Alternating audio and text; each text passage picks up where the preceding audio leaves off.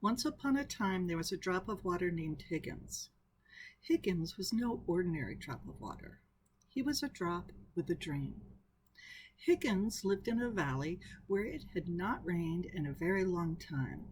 So all the lovely green grass was turning brown, and all the beautiful flowers were wilting, and all the trees were starting to droop. Higgins had a dream that one day the valley would be a beautiful place again. But what could he do? After all, he was only a drop of water. One day Higgins decided to travel and tell others about his dream. All the other drops listened very politely, but no one believed that his dream would come true. "Higgins," said one, "get your head out of the clouds. You can't spend your whole life dreaming." Higgins decided that he had to do something to make his dream come true. So he began to think and think and think. And one day, as he was walking by a rusty old bucket, he got an idea. "If enough of us drops of water get together in this bucket," Higgins thought, "there would be enough water to sprinkle on a few flowers to help them grow and become beautiful again." Eagerly, Higgins told everyone his great idea, but everyone thought he was being foolish. "Higgins is nothing but a dreamer," they said. Higgins decided that he had to do something to convince the others that he was right. So he said to them, "I don't know about you, but I'm getting into the bucket, and I hope some of you will join me. Then there might be enough water to help at least some flowers grow beautiful again." So Higgins ran as hard as he could and hopped way up in the air and landed with a kerplunk in the bottom of the bucket. And there he sat, just a drop in a bucket. For a long time, Higgins was very lonely. It seemed like no one else was going to join him. But after a while, some of the other drops could see that the grass was dying, and the flowers were wilting, and the trees were drooping. They all agreed that something must be done. Suddenly, one drop shouted, "I'm going in the bucket with Higgins."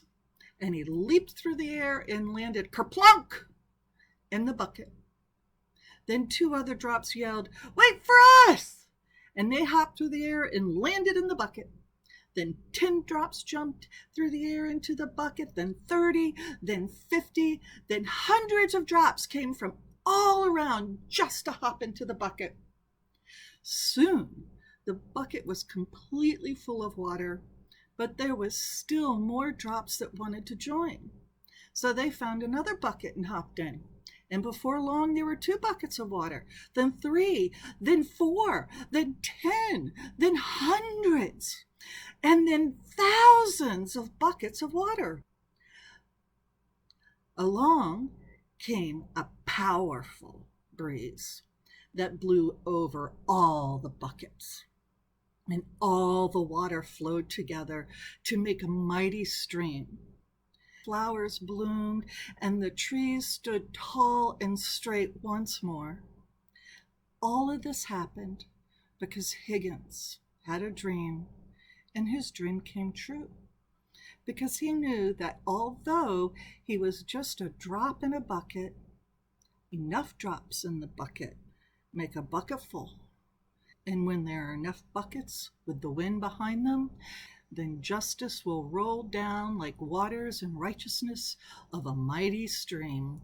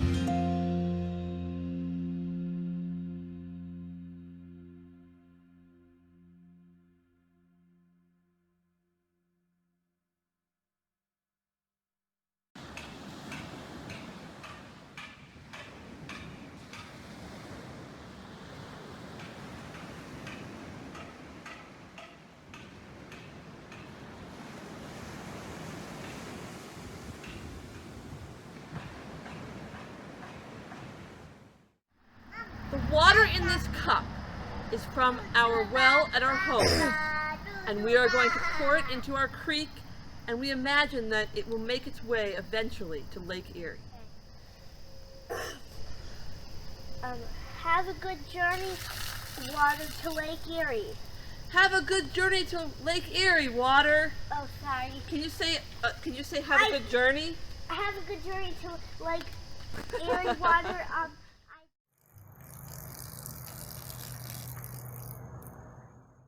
So this summer has been an interesting one for us, being more homebound than we would normally be.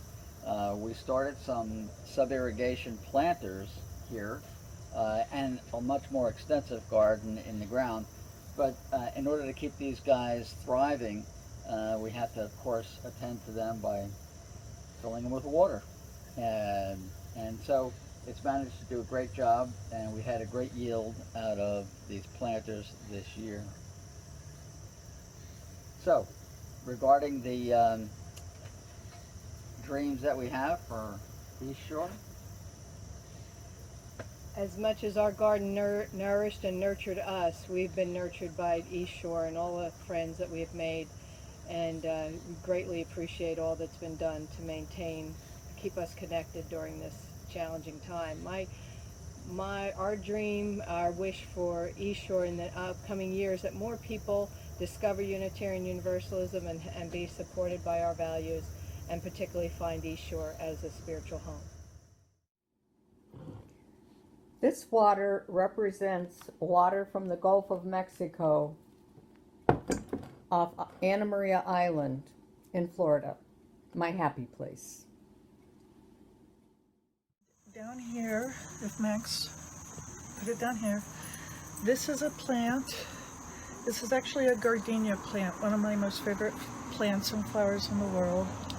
And this, that my daughter gave me, and this is Maxon's plant, and it's called candy corn.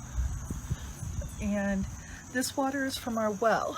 And so in our water communion, we are going to feed our plants, which will eventually go through the soil and which will eventually go down to the rivers and to Lake Erie.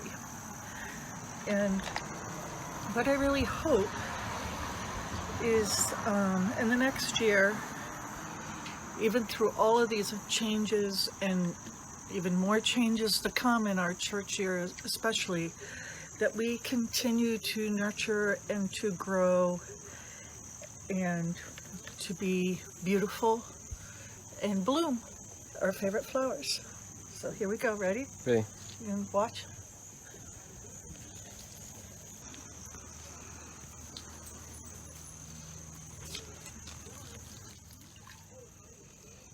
Look at those gorgeous little flowers. What do you hope for the coming year, Max? Hope this virus stops. What? Hope the virus will stop. Hope the virus will stop? Yeah. Okay. That's a good hope.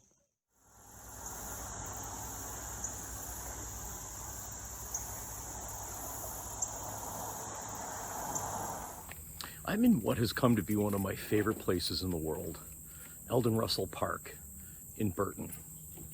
I love this place because it gives me access to the Cuyahoga River to paddle my kayak in what are some of the most peaceful times of my life. I have with me some water that I took from my backyard in the aftermath of Monday's giant storm that left a huge pond in my backyard. I'm going to be returning this to where it'll end up eventually, the Cuyahoga River and off to Lake Erie. I have two hopes for East Shore in the coming church year and beyond. The first has to do with the new organizational structure that's going to be rolled out in the next few weeks and over the next few months, left to fly, to try and see how it works. And my hope is that the rollout encourages positive participation and that you all continue to adapt and learn and adapt the model to fit your needs better. My second hope for the congregation is that in the coming year, as you form a hiring team to hire a new minister to come in the next church year, that you'll be able to approach that task as a congregation with the kind of love and perseverance and commitment that I've witnessed so much of in our last 6 years together. Nurturing our garden. Or am I? Well, I was going to, but Yes. now that you're saying it, Oh, we're videoing already. This is a trial run. It's okay. all right, okay.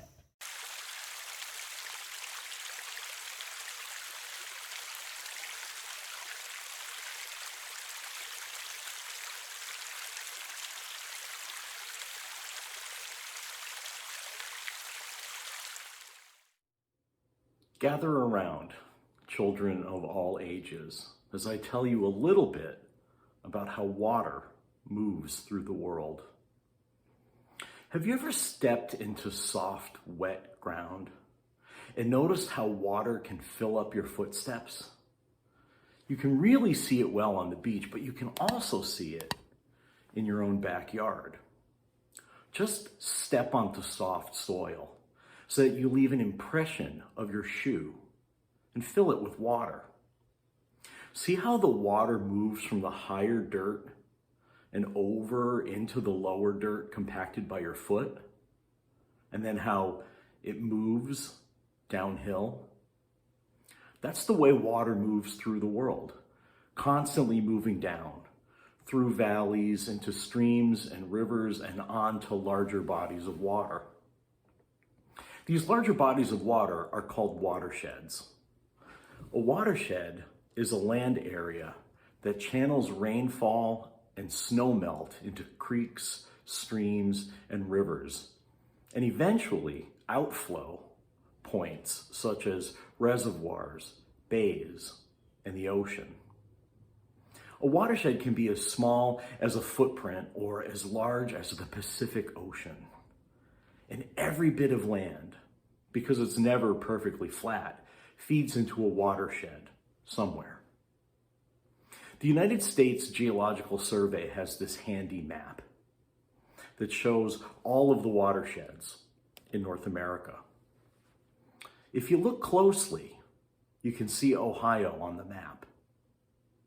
And if you look at a watershed map of Ohio, you can see it divided into two areas. In the south, water flows to the Ohio River. And to the north, where we are, it flows to Lake Erie. The cool thing about watersheds is that they're always there. Water is always flowing. When we have light rain, the water gets absorbed into the ground. And if the ground is already wet, the waterfall will seep through the soil into underground aquifers that find their way into our streets, creeks, and rivers, eventually getting back, filtered and cleaner, to the Great Lake. Even though we benefit from it, we don't really pay attention to it until we have an event like we had on Monday. During that storm, there was so much water coming down so fast it couldn't possibly be saturated into the ground. Water was rushing everywhere. So much so that some gullies and valleys turned into rushing torrents. Martin Luther King Drive in Cleveland suddenly became a river in an event geologists call a flash flood. Cars got stuck in the water because it happened so fast, drivers couldn't even get a chance to move their cars. I hope everybody made it out all right. And life is like that sometimes, isn't it? Everything comes pouring down all at once, taking us by surprise and changing the landscape of our lives. Dry land suddenly looks like a river, and we have to change plans. And those are watershed moments. According to the website grammarist.com, the idiom watershed moment came into use in the mid-1800s. A watershed moment is a turning point, the exact moment that changes the direction of an activity or situation. A watershed moment is a dividing point from which things will never be the same. It is considered momentous, though a watershed moment is often recognized in hindsight. March 11th for me was a watershed moment.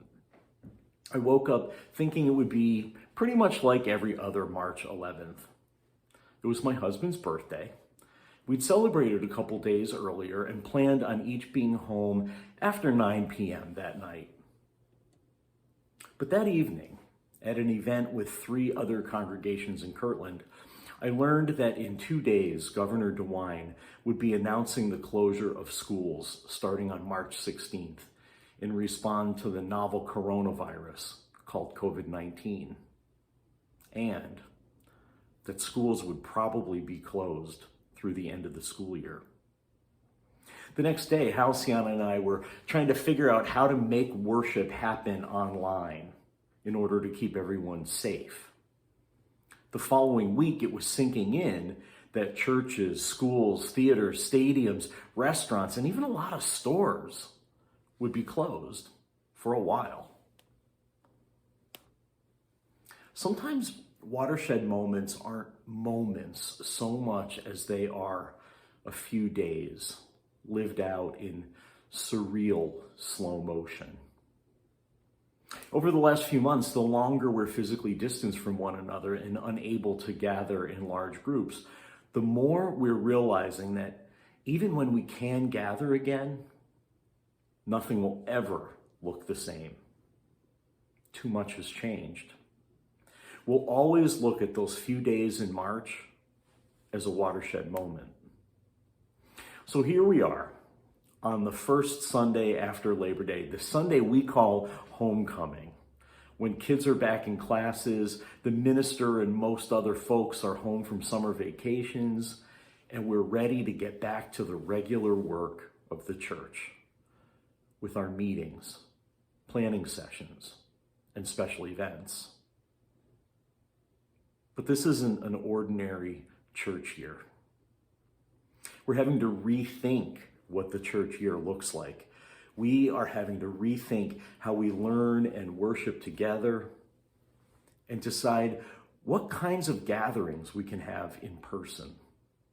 The leadership of the congregation, who never saw this coming when they volunteered months ago, are tasked with balancing a variety of needs that often conflict or exist in tension with each other. They have to balance our responsibility to keep the most vulnerable among us safe and varying tolerances among people who don't feel quite as at risk. They have to figure out how to balance the needs of 2 very different ends of the spectrum. Some among us need to gather just to stay sane, even if it means taking risks. Others who don't feel like they have the option of taking risks can't gather and will feel left out if something is happening without them. Some people are enjoying online worship, and more new people are joining us from all over the country. But other people don't like online worship at all because they miss the human connections that come with being in the same place at the same time with their friends and family. The board has to figure all of this out in the coming weeks and months, and they're going to need your patience and your support. But they'll also need you, each of you, to do whatever it is you need to do while making space for others to do the same, even when you don't agree. We're all going to have to take responsibility for ourselves as we look out for each other if we're to survive this flash flood called COVID-19 in the aftermath of the slow motion watershed moment of mid-March. You know, at East Shore, we've always had to balance a diversity of needs that exist in tension with one another. We are people who seek energetic and interactive services and people who relish quiet and reflective services. Some are moved by contemporary music, while others seek the familiarity of traditional music. Some intellects seek the challenge of lecture-style sermons built on research. Other souls come alive witnessing heartfelt storytelling. Some love ritual, and others loathe it. As Unitarian Universalists, we've always had to balance the worth and dignity of the individual on one hand with the responsibility we have to everyone and everything else in the universe, in this interconnected web of all existence, on the other hand. The irony is that we found energy and dynamism when we've been able to live in that tension. Challenges of living in tension has forced us to find new ways, even when it's difficult. We have a lot ahead of us in the coming year. We're putting together a new organizational structure designed to streamline processes of decision-making and to be more transparent to newcomers and old-timers alike. First steps are being taken in hiring a new minister to replace me after July of next year. And we have to figure out ways in which we can safely gather in person while protecting everyone from harm. All while welcoming new people we may never meet in person as they join us online. It's going to take commitment. Commitment to show up when you can, whether virtually or in person. Commitment to support the people in leadership who never saw this coming. Commitment to helping make things work as we experiment with all of it. It's not going to be an easy year.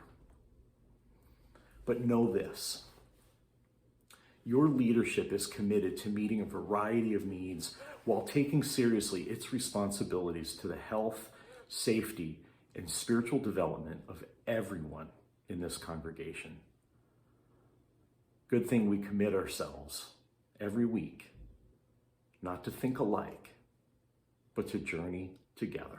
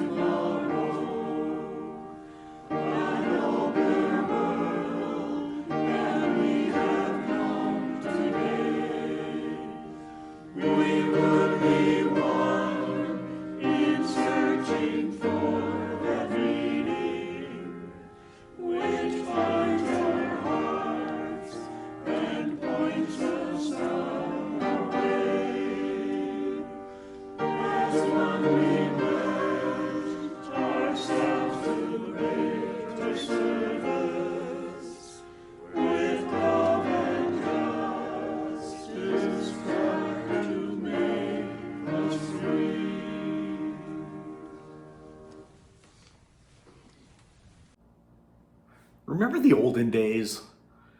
Way back in our history when I'd make a funny and poignant comment designed to get you to reach into your pockets and pull out money to share with us and our partner organizations each month. Then 3 or 4 people would get up and pass 2 collection baskets. Or, as the choir started singing, everyone would look around and sit there for a moment, wondering who was going to do it. Ah, the good old days of our youth, way back in March. We don't have that tradition anymore, at least not for the time being. Now I get to look into the camera, as I'm doing now, and ask you to please give as generously as you can. As the address pops up on the screen, which of course I will edit in after making this video. See, we adapt. Thank you for being here with us and for continuing to donate while we figure it all out.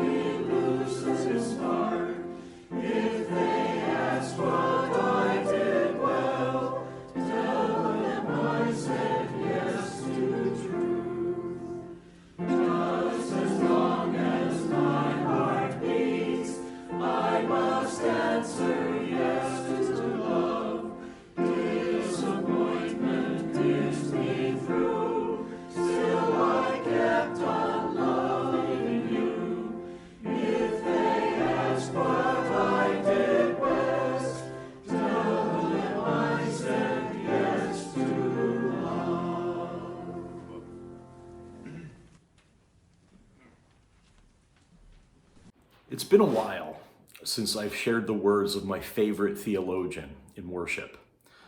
But I figure today is one of those times when the words of the Reverend Joe Cherry, published in a little book called Voices from the Margins, are most appropriate. If we have any hope of transforming the world and changing ourselves, we must be bold enough to step into our discomfort, brave enough to be clumsy there, loving enough to forgive ourselves and each other.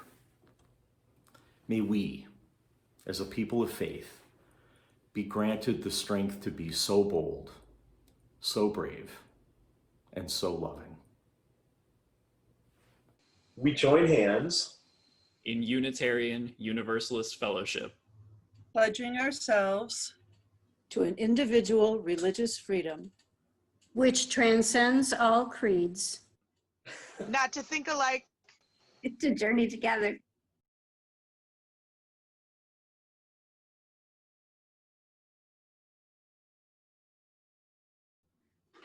Okay. I can edit that. Between all of those, something's gonna work. There's got to be a whole bunch of usable audio there. I know, right? Oh my God. Well, thank you all for having such a good sense of humor.